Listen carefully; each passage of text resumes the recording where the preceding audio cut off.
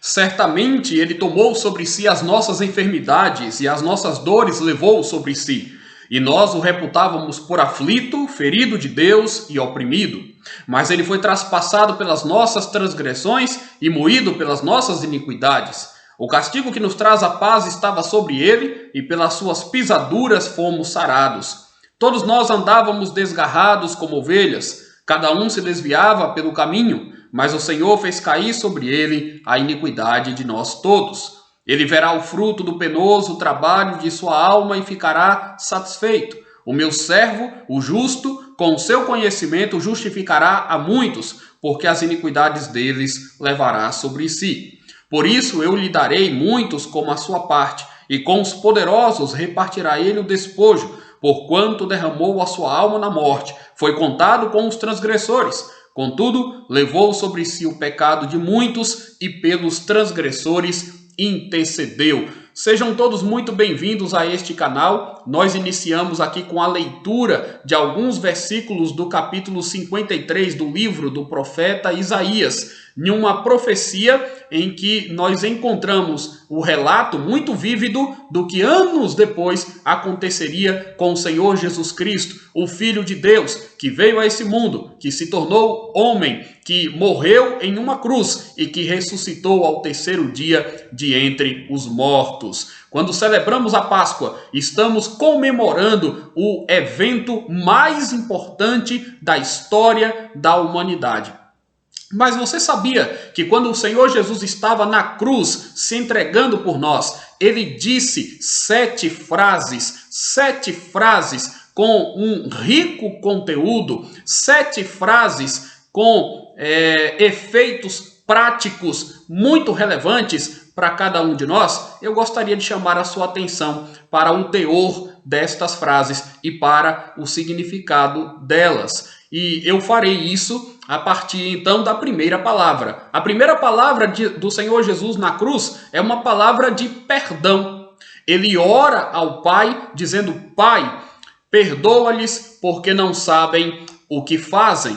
O Senhor Jesus Cristo, alguns instantes antes, enfrentou muitos momentos de agonia. O Senhor Jesus foi traído por um dos seus apóstolos. O Senhor Jesus foi entregue nas mãos dos pecadores. Ele foi humilhado, ele foi açoitado, ele foi torturado, foi-lhe posta uma coroa de espinhos. O Senhor Jesus estava ali sofrendo horrores, mas ele olha para os seus carrascos, ele olha para os pecadores, para aqueles pelos quais ele também havia vindo a este mundo para salvar.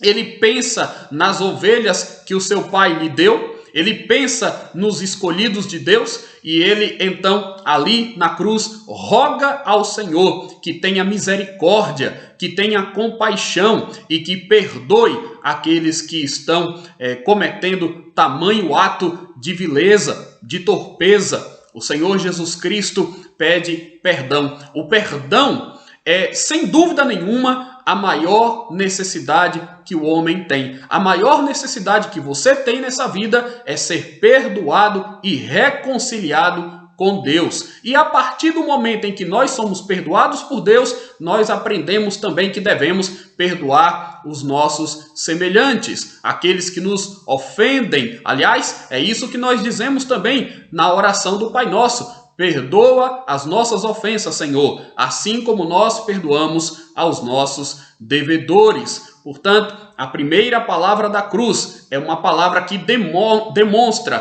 toda a misericórdia e toda a graça de Deus quando oferece aos homens que nada merecem, o seu favor, o seu perdão. A segunda palavra da cruz é uma palavra de redenção. O Senhor Jesus está sendo crucificado ao lado de 2 ladrões. Um deles permanece todo o tempo zombando do Messias. Um deles está dirigindo palavras pejorativas a Jesus Cristo. Está duvidando do seu poder. Mas o outro ladrão se arrepende. O outro ladrão é tocado profundamente. O outro ladrão olha para Jesus, enxerga em Jesus algo diferente e faz uma confissão, e faz uma profissão de fé. Ele reconhece que Jesus virá outra vez, reconhece que Jesus tem um reino e, inclusive, ele repreende o colega ladrão que está pendurado do outro lado. Não temes a Deus estando condenado, estando sob a mesma sentença? Nós merecemos o que estamos recebendo aqui, mas ele não fez absolutamente nada. Ele nada fez. E Jesus então dirige uma palavra para aquele ladrão penitente, arrependido.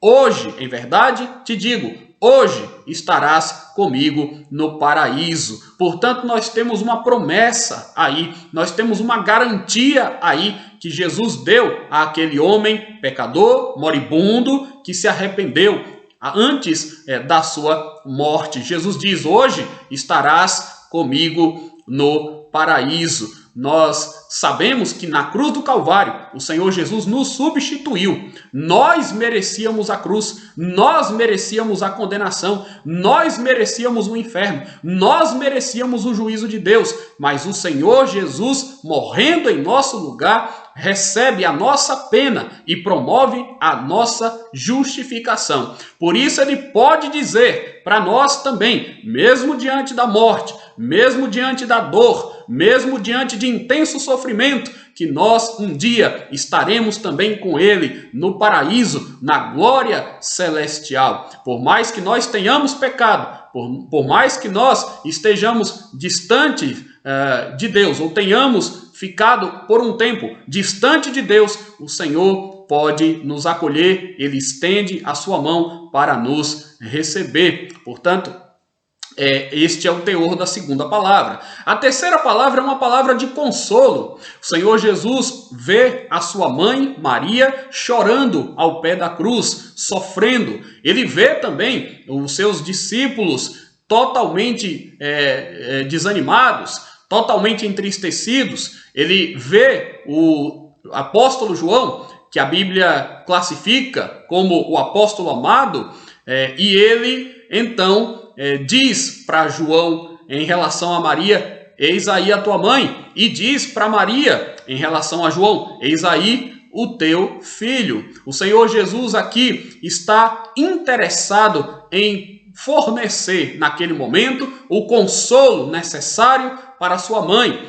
para o seu discípulo próximo. E na verdade o Senhor Jesus cria um laço, cria um vínculo profundo entre eles. Jesus estava prestes a partir definitivamente desse mundo e ali ele então providencia uma forma de apoio, de suporte, de sustento, de amparo para a sua mãe e também ao mesmo tempo beneficia o seu discípulo, porque de fato os laços que unem aqueles que creem, os laços da cruz de Cristo são laços sólidos, são vínculos fortes. Nós podemos viver em comunhão uns com os outros quando cremos no Senhor Jesus, quando o recebemos como Senhor e Salvador. Ele nos une e nós então passamos a fazer parte de uma família especial, a família de Deus, a família da fé. Estes são laços de amor, são laços de sangue, do sangue salvador do Cordeiro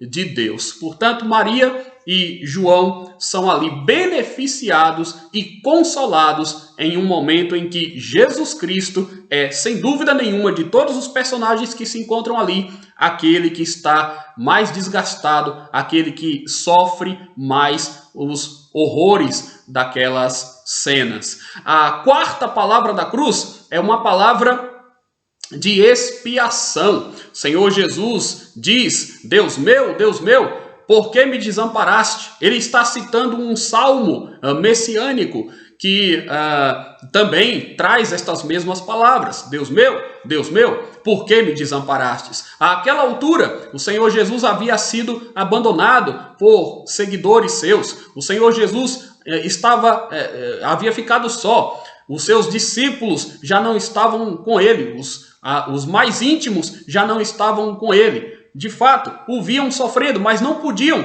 receber o castigo que estava reservado para nós e que só o Filho de Deus poderia receber, a fim de que nós não fôssemos ali o alvo da ira de Deus. Naquele momento, quando Jesus expressa estas coisas, ele está recebendo a ira e o juízo de Deus. Deus meu, por que me desamparaste? Nenhum desamparo que Jesus sofreu de nenhuma pessoa foi tão doído, foi tão grave, foi tão avassalador quanto o desamparo do Pai, o desamparo de Deus. Aquele desamparo foi real, foi verdadeiro e era absolutamente necessário.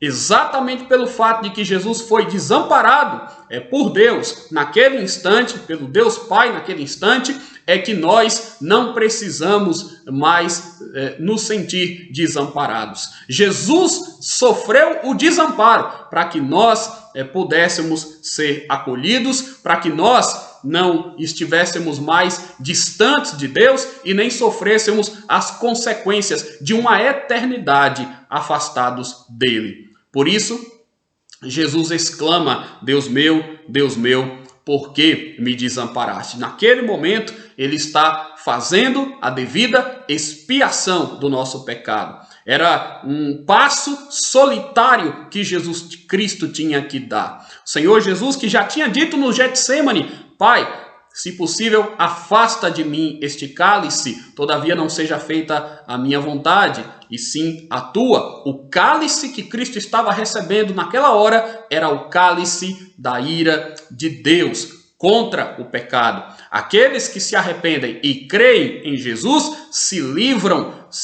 têm esta ira desviada de si pela justiça e pelo mérito de Jesus Cristo, o Filho de Deus. Foi para isso que Jesus morreu e é por isso que nós temos que crer nele, para que não recebamos sobre nós a ira que ele, Jesus, já recebeu na cruz, no lugar daqueles que também creram e crerão no seu sacrifício. A quinta palavra da cruz é uma palavra de identificação. O Senhor Jesus diz: tenho sede. Naquele estado em que ele se encontrava, ali com a sua respiração prejudicada, com o corpo machucado, o Senhor Jesus, depois de algumas horas, naturalmente sente sede. E ele diz isso: eu tenho sede. Essa é uma palavra que mostra que Jesus Cristo se identificou conosco. De fato, ele assumiu a natureza humana e todas as questões, todas as sensações, todas as situações comuns que envolvem os homens faziam parte ali da sua vida. O Senhor Jesus, em alguns momentos, se sentiu cansado, em alguns momentos sentiu sono, em alguns momentos ele sentiu fome, em alguns momentos ele sentiu sede. Ali na cruz ele diz: tenho sede. Jesus, o Filho de Deus, o Filho do Deus vivo, se identificou plenamente conosco.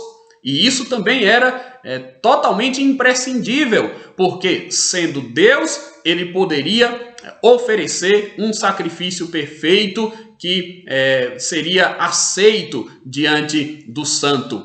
E sendo homem, o Senhor Jesus Cristo estava recebendo sobre si e pagando uma dívida que era nossa. Portanto, Jesus religa o homem a Deus. Jesus constrói uma ponte em meio a um abismo que separava o homem de Deus. Ele é o nosso mediador, ele é o nosso sumo e supremo sacerdote, ele é o nosso intercessor. E então Jesus sente sede e demonstra que estava ali identificado, completamente identificado conosco. Na sexta palavra nós temos uma palavra de consumação. O Senhor Jesus está pondo fim à sua obra redentora que ele viera a realizar. Ele diz: está consumado. Está consumado. Fiz o que tinha que fazer. Cumpri toda a lei. Entreguei a minha vida. Exerci dignamente o ministério que eu assumi de forma voluntária. fiz a vontade do Pai. E agora, depois de ter ficado por aqui durante 3 anos, operando grandes milagres, trazendo ensinos preciosos, o Senhor Jesus morre na cruz e um pouco antes de expirar, ele diz: está consumado. Está consumado. Foi finalizado o meu trabalho. O meu trabalho foi feito de um modo perfeito. Não há absolutamente nada mais a fazer, nada mais a acrescentar. A morte está sendo aqui derrotada. E de fato a morte foi derrotada pelo Filho de Deus. Ele fez com que tudo aquilo que era necessário se cumprisse, a fim de que nós pudéssemos também consumar a nossa própria obra, a nossa própria missão que nos foi dada de servir a Deus, de glorificá-lo até o último fôlego de vida que nós também tivermos. E por fim, o Senhor Jesus traz uma palavra de esperança, uma palavra de vitória. Ele diz: Pai, nas tuas mãos entrego o meu espírito. Foi um brado de vitória, que denotava o seu triunfo na cruz. Pai, nas tuas mãos entrego o meu espírito. E tendo dito isto, expirou. Será que quando nós também chegarmos perto da morte, teremos condições de dizer o que Jesus disse? Pai, nas tuas mãos entrego o meu espírito. Nós temos um caminho de vitória diante de nós. O Senhor Jesus aponta para esse caminho. O próprio Jesus se identifica como o caminho, a verdade e a vida. Ele diz que ninguém vem ao Pai senão por Ele. O apóstolo Paulo, depois de muitos anos trabalhando em prol do reino, disse ao final da sua caminhada, da sua trajetória: combati o bom combate, completei a carreira, guardei a fé e já agora está reservada para mim a coroa da justiça. Será que nós teremos condições de dizer algo semelhante a isto?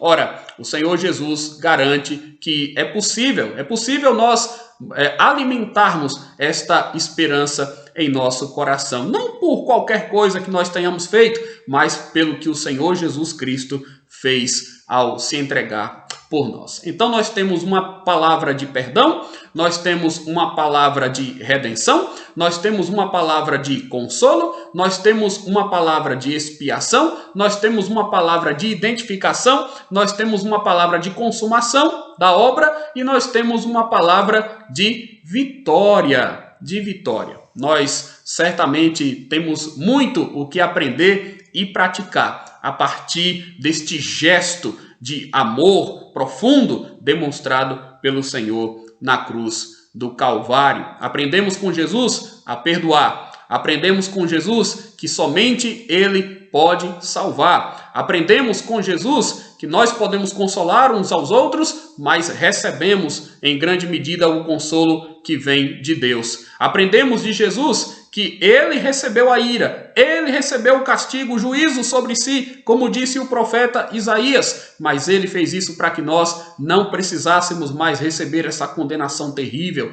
Ele fez isso para que nós fôssemos poupados desse juízo implacável de um Deus irado de forma tão justa. Fez isso para que nós não viéssemos a ser desamparados por Deus, para que nós pudéssemos ser reconciliados e vivêssemos em comunhão com Deus. Temos aqui o aprendizado de que Jesus se identificou conosco plenamente, Ele conhece as nossas dores, Ele sabe como nós nos sentimos em meio às mais diversas situações e Ele está pronto para nos socorrer. Ele é um sacerdote que se compadece de nós, como diz o autor da carta aos Hebreus. Aprendemos que Jesus concluiu perfeitamente a sua obra. Nós podemos confiar nas obras dele, no mérito dele, na justiça dele. E aprendemos aqui que Jesus Cristo venceu. Ele venceu. Ele decretou uma palavra de vitória. Ele entregou o seu Espírito ao Pai. Ele nos dá viva esperança de que nós um dia também poderemos orar da mesma maneira e desfrutarmos de momentos totalmente impossíveis de descrever ao lado do Pai Celestial. Que Deus abençoe você nesta Páscoa, que Deus renove a alegria, a paz, o consolo, a esperança no seu coração.